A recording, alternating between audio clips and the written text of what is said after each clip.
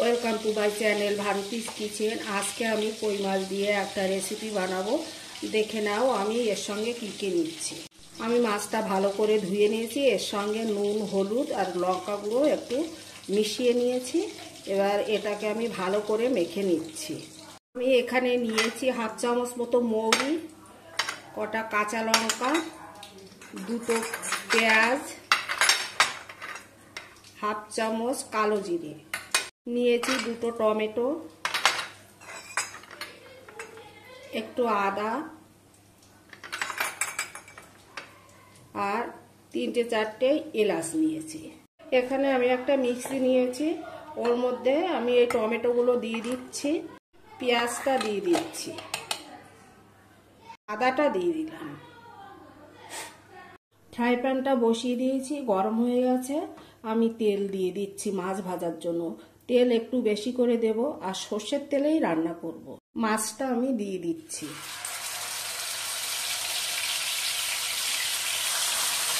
মাছগুলো আমি একটু অল্প লাল করে ভাজবো, বেশি কড়া করে ভাজবো না।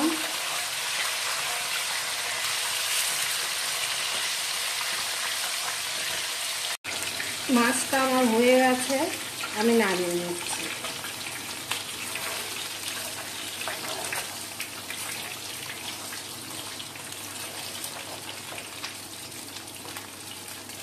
এলাচটা প্রথমে দিয়ে দিলাম, মৌরিটা দিয়ে দিলাম, কালো জিরেটা দিয়ে দিলাম, লঙ্কাটা দিয়ে দিলাম। এগুলো একটু ভাজা ভাজা হলে আমি টমেটো পেস্টটা দিয়ে দেবো। অনেকে অনেক রকমভাবে তেলকই করে, আমি একটু ফোড়ন দিয়েই তেলকইটা করি, আমাদের বাড়িতে সবাই পছন্দ করে। পেস্টটা দিয়ে দিলাম।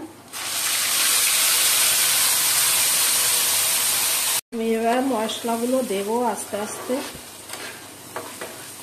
স্বাদ মতো লবণটা দিয়ে দিলাম, হলুদটা দিয়ে দিলাম, একটু গুঁড়ো লঙ্কা দিয়ে দিলাম, ধনে গুঁড়োটা দিয়ে দিলাম,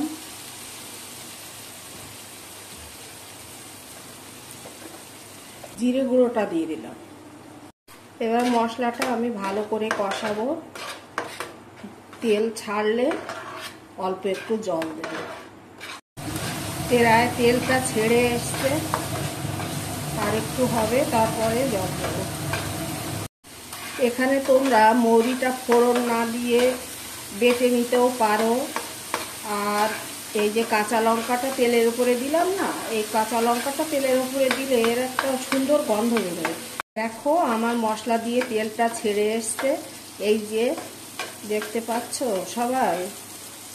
এইভাবে তেলটা ছেড়ে আসলে বুঝতে হবে যে মশলা কষে গেছে। আমি জল দিয়ে দিচ্ছি অল্প করে, এইটুকু। এই সময় তোমরা লবণটা একটু দেখে নিও। এরপরের ঝোলটা ফুটে উঠলে আমি মাছগুলো দেব। ঝোলটা ফুটে গেছে, আমি মাছগুলো দিয়ে দিচ্ছি।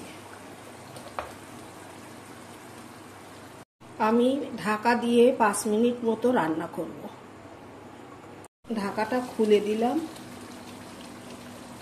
মাছগুলো আমি একটু উল্টো পিঠ করে নেব।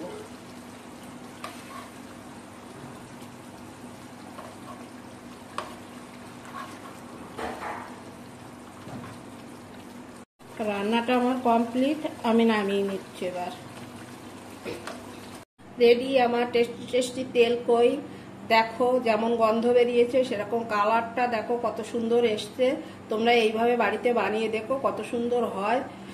কমেন্ট করো যদি ভালো হয় তোমাদের খেতে।